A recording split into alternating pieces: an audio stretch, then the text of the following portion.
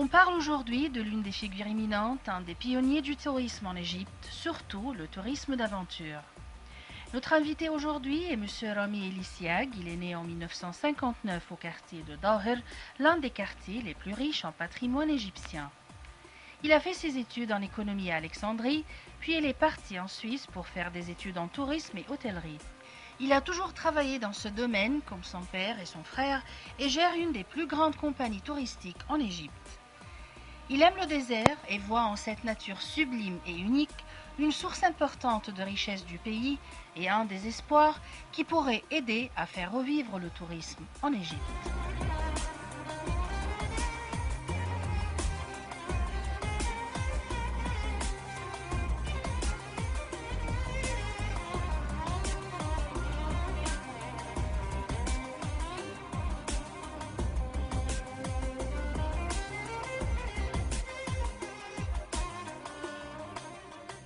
Je veux vous parler aujourd'hui de l'Égypte, autre Égypte. L'autre Égypte veut dire dans le côté, dans le tourisme d'aventure. Le tourisme d'aventure en Égypte est développé dans toutes les parties du désert. L'Égypte est couverte de 97% de désert. Toutes les grandes villes égyptiennes, et toutes les capitaux des différentes villes égyptiennes, ils ont un côté désertique. Et plus ou moins aussi la beauté de notre désert à partir du nord de la Méditerranée jusqu'au sud.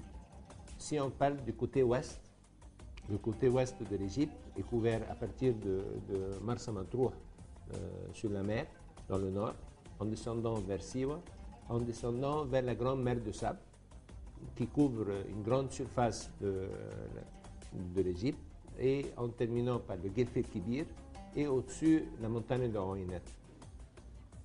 Nous avons ces régions-là, ce sont des régions qui ont un atout extraordinaire, du point de vue de la beauté de la grande mer de sable et des montagnes de Guelf el-Kibir, avec des inscriptions préhistoriques très riches, des inscriptions préhistoriques, et de leurs canyons et de leurs oued qui sont extraordinaires. Et en descendant vers la montagne de Oïnet. La montagne de Oïnet, c'est une montagne à cheval sur 3 pays, l'Égypte, la Libye et le Soudan. Et dans toutes les vallées de cette montagne, il y a un musée ouvert. Avec un musée ouvert veut dire que tous les rochers qui sont dans ces vallées sont couverts d'inscriptions préhistoriques. Il y a peu de gens qui connaissent ces richesses de ces zones-là. Spécialement, ces richesses-là ont été vues par différents explorateurs qui ont commencé et que nous avons continué. Nous, on parle de notre génération de personnes qui ont voulu faire le voyage, le tourisme du désert. Le tourisme du désert a commencé depuis longtemps, mais il a été enrichi en 82. En 82, on a eu le début des rallyes des pharaons, organisé par Jean-Claude Morellet et Sapri Fenouil. C'est lui qui a créé le rallye des pharaons et a commencé à explorer le désert. Et non seulement il a exploré, mais aussi il a mis en évidence, durant 12 ans de la vie du rallye des pharaons, tous ces rallyes-là étaient vus aux télévisions du monde. Il y avait la publicité, il y avait des hélicoptères qui filmaient. On a eu beaucoup d'images qui ont apparu dans le monde sur les beautés de ces zones. Et à partir du moment que tout a été connu, il y a beaucoup de parties de la civilisation des Égyptiens qui ont commencé à investir dans ce domaine, dont d'autres moi et d'autres collègues. Et on a commencé à développer notre travail en créant le tourisme de désert ou le tourisme d'aventure.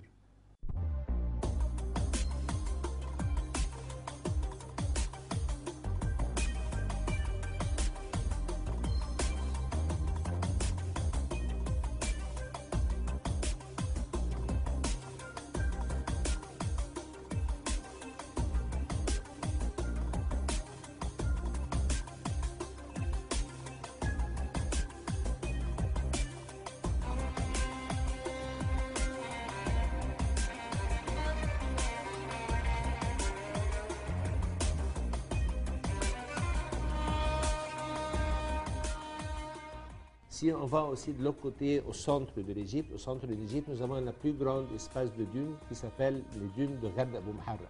C'est une dune qui traverse depuis au-dessus de la dépression de Qattara jusqu'à dans le sud du pays, à Bou Simbel. Toutes ces zones-là, ce sont des zones de désert avec des dunes qui dépassent des longueurs de 50 km de largeur, avec plus de 1000 km de longueur.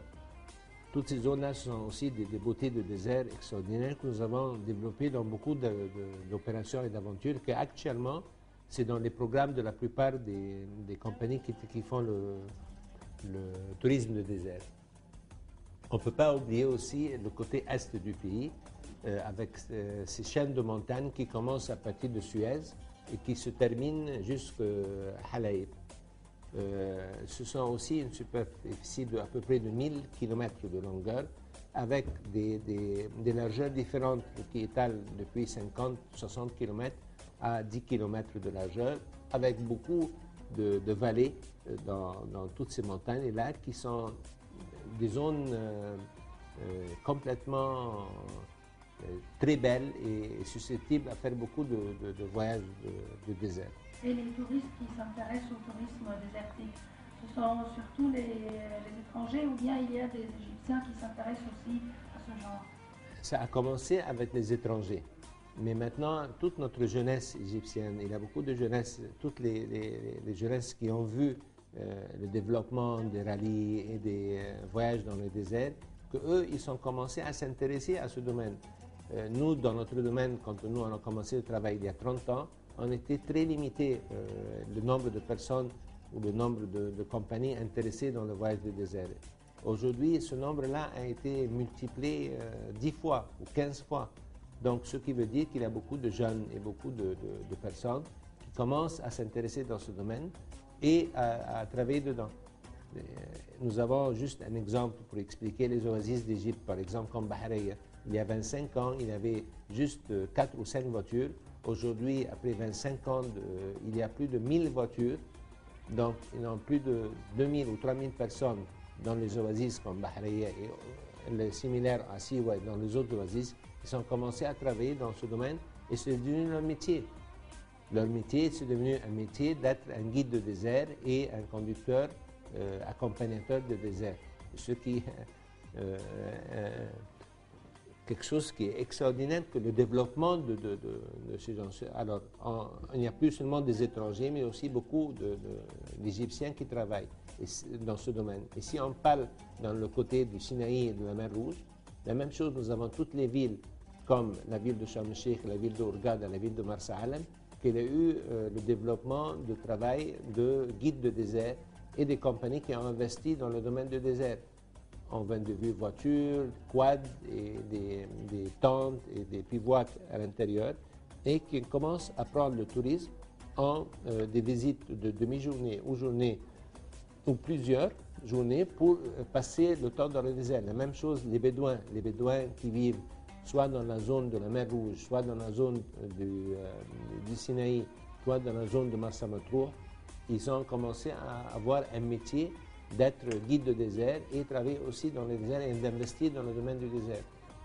Investir dans le domaine du désert commence depuis le transport des voitures et des motos jusqu'à l'agriculture et créer des villages en plein désert qui accommodent des touristes qui viennent passer ou la journée ou une demi-journée ou même passer plusieurs jours et dormir là-bas dans le désert. Et quels sont les obstacles ou les problèmes qui vous gênent dans ce domaine du tourisme? Nous, actuellement, il y a beaucoup de choses qui nous gênent.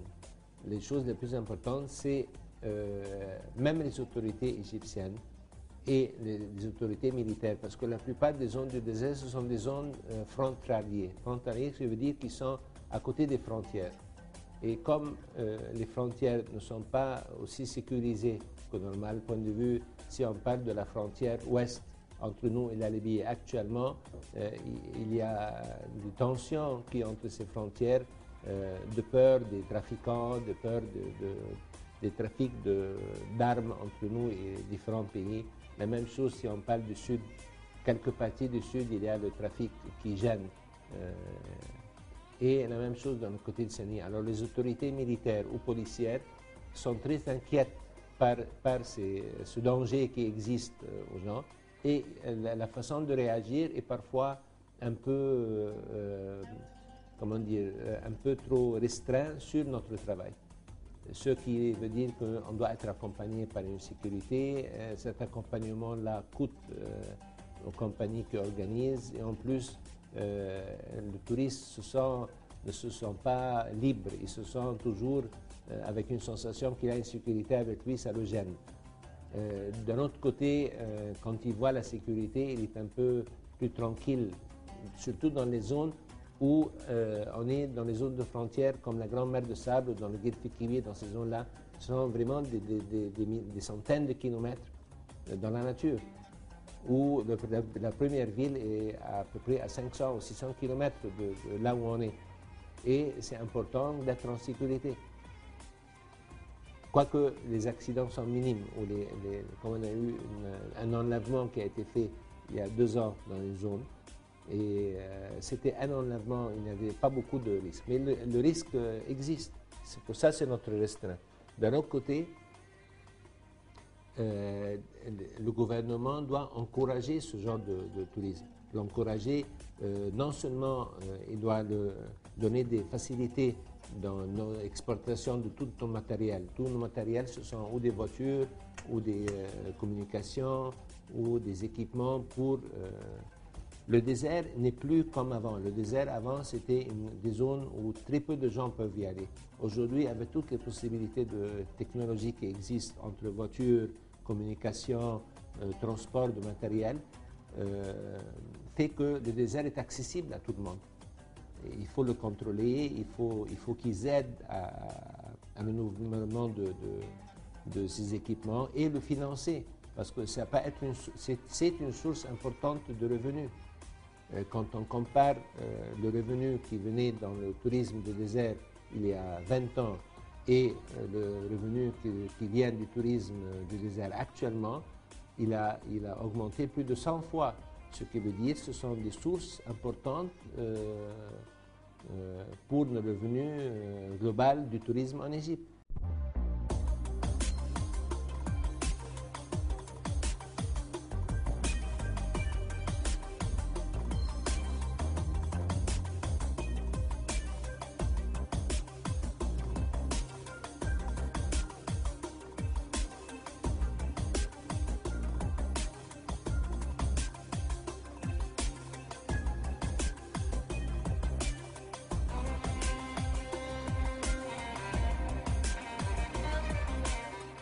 Durant la Révolution et même après la Révolution, on a baissé beaucoup, on a baissé de plus de 80%, même plus. Mais nous tous, on sait que c'est une période transitaire.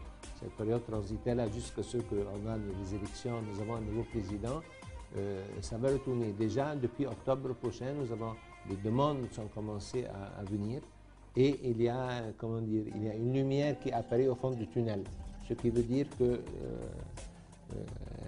on va commencer très prochainement, qui est pour nous la saison prochaine à partir d'octobre, de commencer à revoir les flots qu'on avait dans le temps. Mais ces flots-là doivent augmenter parce qu'il y a beaucoup de possibilités que l'État peut nous aider. Par exemple, nous, on a commencé à faire des voyages entre l'Égypte et le Soudan. L'Égypte a été toujours la porte de l'Afrique. La porte de l'Afrique veut dire que les gens peuvent accéder depuis l'Égypte et pour entrer tout en Afrique. Et la même chose que les gens qui sont en Afrique veulent accéder. L'État a commencé à développer l'idée d'ouvrir une frontière terrestre entre nous et le Soudan.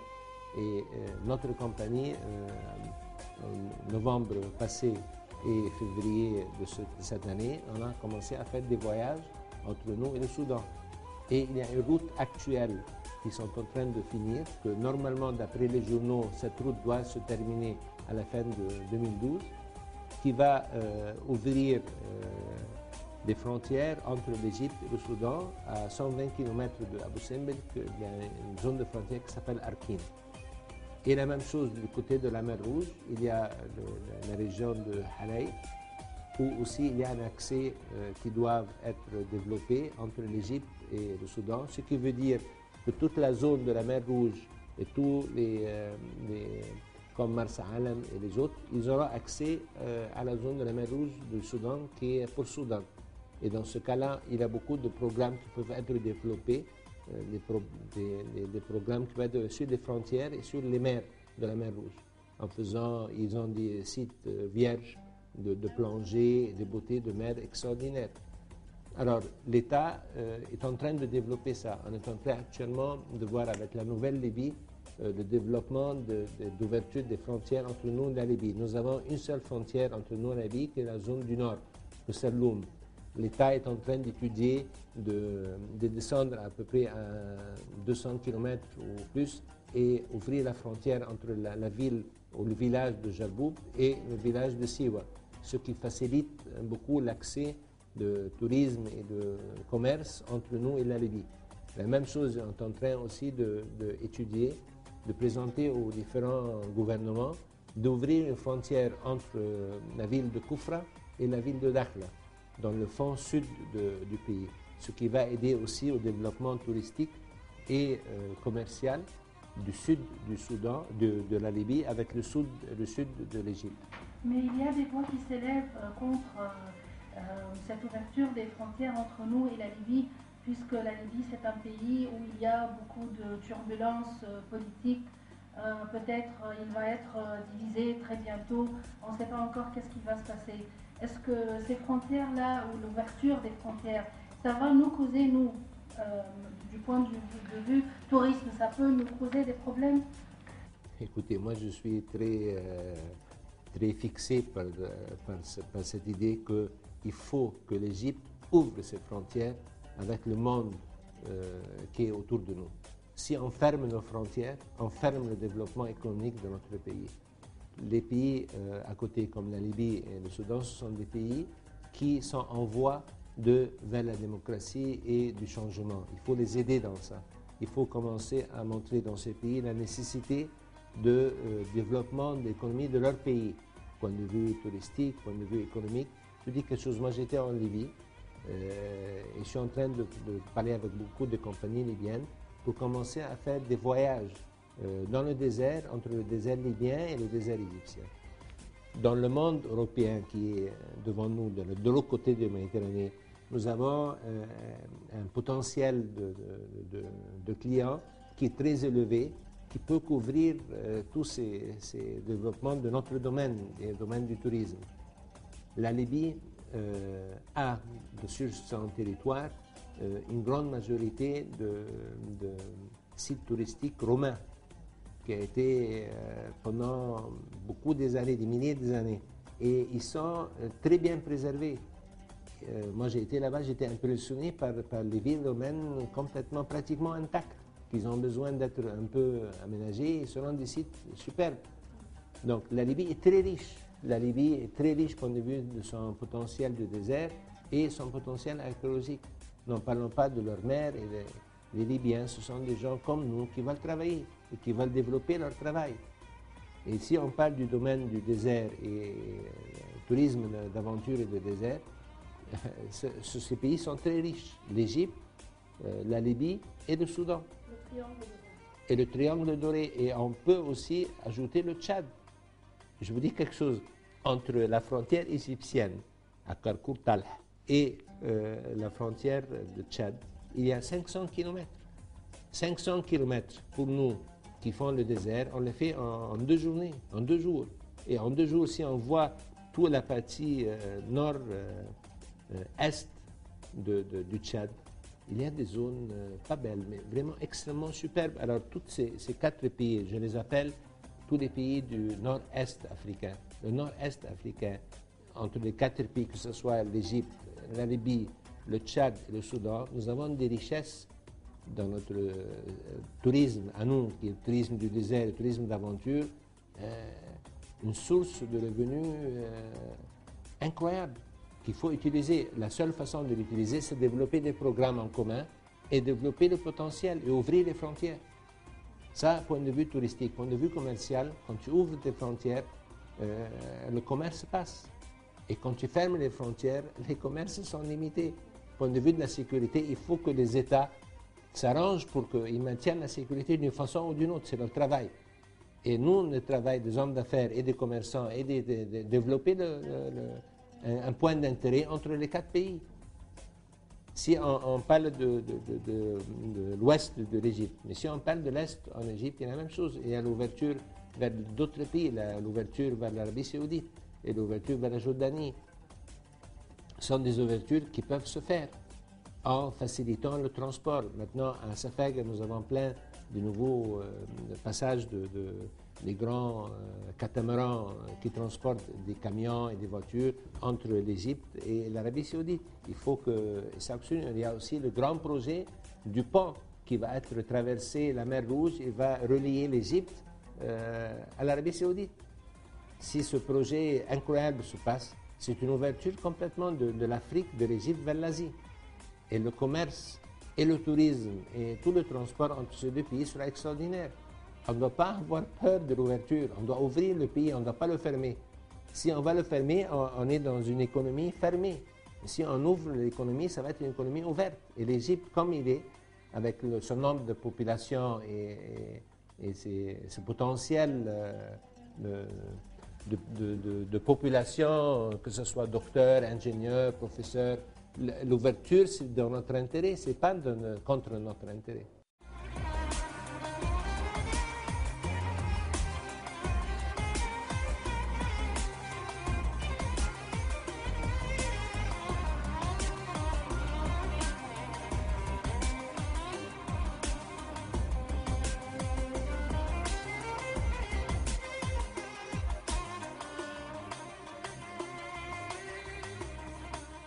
Beaucoup plus au sud, en Afrique, toujours. Je vous dis quelque chose. Depuis les pharaons, on a toujours étudié dans l'histoire.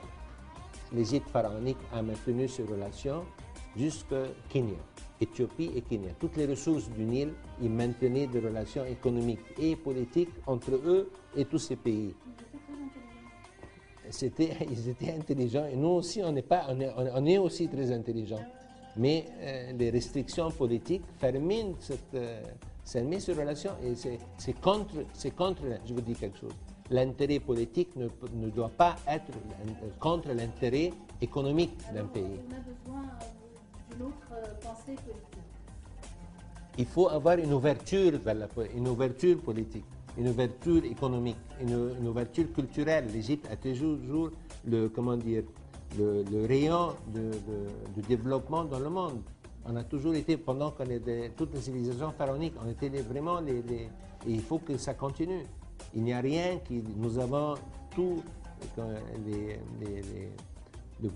les éléments nécessaires de l'expansion de l'esprit égyptien. L'Égypte a été toujours un peuple fort, un peuple cultivé et un peuple qui peut donner beaucoup dans le monde. Et pourquoi on se ferme? Pourquoi on ferme notre pays? Il faut l'ouvrir, il faut s'épanouir. Ça, c'est mon idée. Alors, pour s'épanouir, parlez-nous de la route qui va passer par l'Égypte et tout au long de l'Afrique jusqu'à l'Afrique. On a un projet, c'est le premier projet qu'on a eu comme compagnie égyptienne de faire organiser un groupe entre la ville de Biarritz, en passant par Marseille, Tunis, en traversant toute la Libye, en venant en Égypte, et depuis l'Égypte, on descend la grande mer de sable, on passe par Abu Simbel, et de Abu Simbel, on traverse la frontière soudanaise, on fait tout le nord du Soudan, et on passe après ça en Éthiopie, et de l'Éthiopie, on va aller à Kenya, et de Kenya à Tanzanie, et Tanzanie à Zambia, Zambia Zimbabwe, Zimbabwe Botswana, Botswana Namibia, Namibia Afrique du Sud. C'est un voyage de 58 jours. Ce voyage-là, ce sera un voyage dirigé par une compagnie égyptienne sous le sponsoring du ministère du Tourisme égyptien et ça va être, on va faire comme un film et un tournage sur chaque passage du pays qu'on va émettre dans tous les programmes de télévision qu'on pourra avoir un accord pour développer l'idée que l'ouverture entre le Nord et le Sud. l'Égypte est la porte de l'Afrique. Et il faut qu'ils prouvent que le développement, tout le flot du tourisme doit passer par l'Égypte vers l'Afrique. Et ça va naturellement lier tous les contacts entre nous et ces pays. Et actuellement, on est en train de développer tous nos contacts avec nos amis africains, nos frères africains. Mais parce que nous, on est africains. L'Égypte est un pays africain. Et malheureusement, à un moment donné, nos relations politiques entre nous et l'Afrique n'étaient pas très développées. Moi, je me rappelle, quand j'étais jeune, au temps de Sadat, on avait un ministre des Affaires étrangères, Boutros Ghali, qui était en charge seulement de nos relations africaines.